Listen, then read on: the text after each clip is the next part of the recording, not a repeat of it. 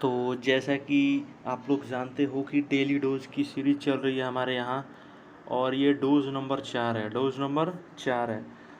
और बाकी डोज देख के आपको कॉन्फिडेंस तो आ ही गया होगा, आपके अंदर मतलब पूरी एनर्जी आ गई होगी, आपके अंदर पूरी एनर्जी, पूरी ताकत आ गई होगी कि ये भैया बहुत अच्छे से ले जा रहे हैं हमें। और ये कंपटीशन मतलब एक होता है ना रास्ता, आपको एक रास्ता तक पहुंचा रहा हूँ मेरे भाई, जहाँ पर उस रास्ते पर अब जीके का आपके पास द एंड है।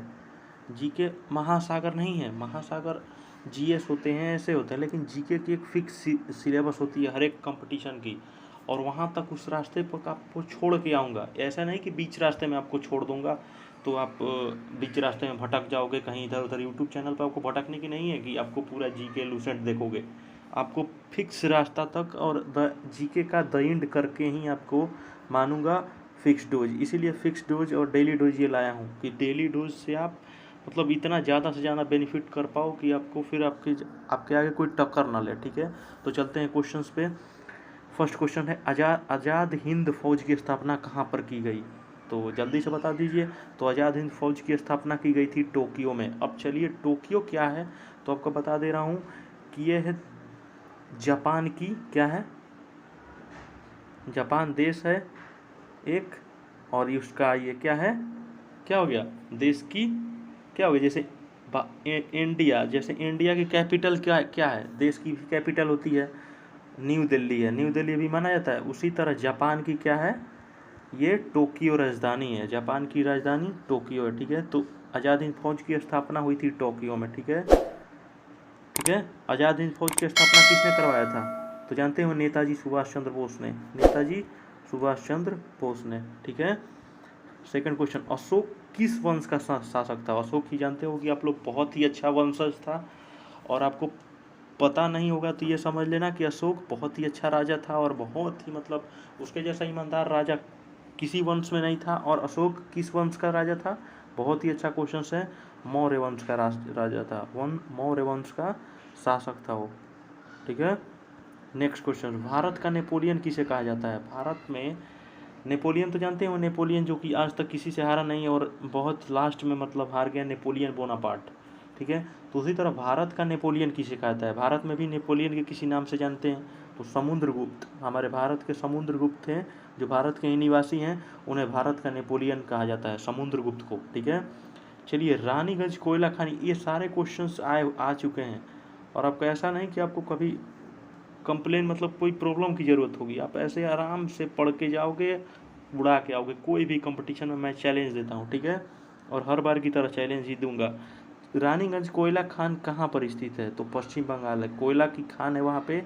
और किस कोयला का खान है? तो रानीगंज कोयला खान से। ये अभी मैं बता रहा हूँ आपको, रानीगंज कोयला खान बता रहा हूँ। एमआर में मैं 2018 में बैठा था एग्ज़ाम में, ये आया था रानीगंज कोयला खान कहाँ पे स्थित है। अब सोच सकते हो कि ये क्वेश्चन कितना इंपॉर्टेंट है, आप समझ लेना, अंदाज़ा लगा सकते हो। नेक्स्ट क्वेश्चन, भारत छोड़ो आंदोलन के समय भारत का वायसराय कौन था? भारत छोड़ो आंदोलन के समय भारत का वायसराय कौन था? जो भारत क्विट इंडिया मूवमेंट, इसको इंग्लिश में बोलते हैं क्विट इंडिया मूवमेंट, उस टाइम में बहुत ज़्यादा हो गया था, भारत छोड़ो आंदोलन हो रहा था उस टाइम, तो उस समय वायसराय होते, जानते हो वायसराय थे। ये बहुत ही अच्छा नाम है, याद रखना कि ये किसी को भी नाम याद नहीं रहता है ये, क्योंकि थोड़ा सा नाम टेढ़ा है। लॉर्ड लिन लिथिगो, लॉर्ड लिन लिथिगो, याद रखना, लॉर्ड लिन लिथिगो। ठीक है, वायसराय थे भारत छोड़ो आंदोलन के समय।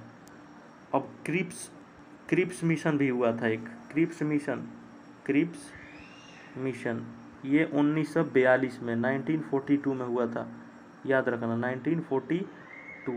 ठीक है, अब चलिए भारत का सबसे पहला समाचार पत्र कौन निकला था भारत में?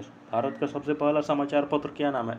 बंगाल गैजेट, बंगाल गैजेट, याद रखना बंगाल गैजेट था ऐसा, क्योंकि भारत में सबसे पहला गैजेट यही निकला था।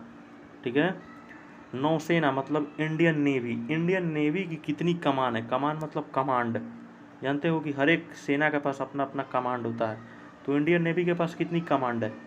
कमान मतलब होता है इंग्लिश में कमांड, तो इंडियन नेवी के पास बस 3 कमांड है। ठीक है, अब आपको इसी से मुताबिक एक और क्वेश्चन बता दे रहा हूँ।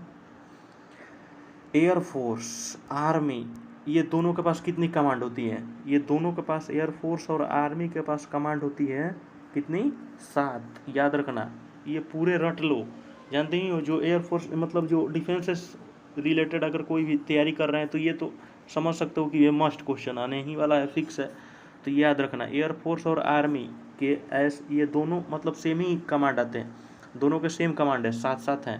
लेकिन इंडियन नेवी के मात्र 3 कमांड है, 3 ही कमांड है, ठीक है।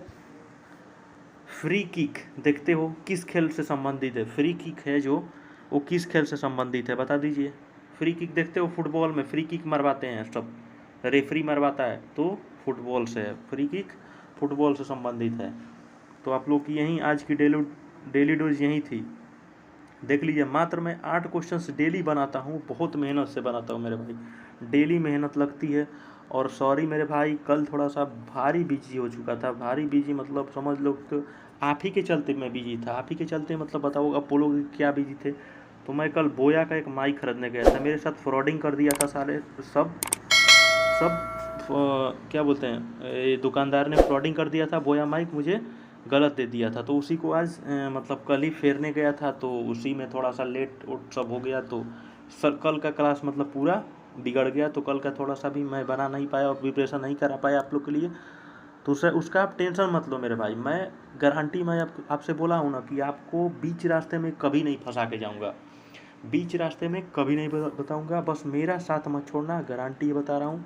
आपको जीके में पढ़ने की लूसेंट वगैरह ये सब क्वेश्चन पढ़ने की ज़रूरत नहीं है, मैं गारंटी देता हूँ, दावा करता हूँ, लूसेंट बुक कभी नहीं छुओगे, ठीक है।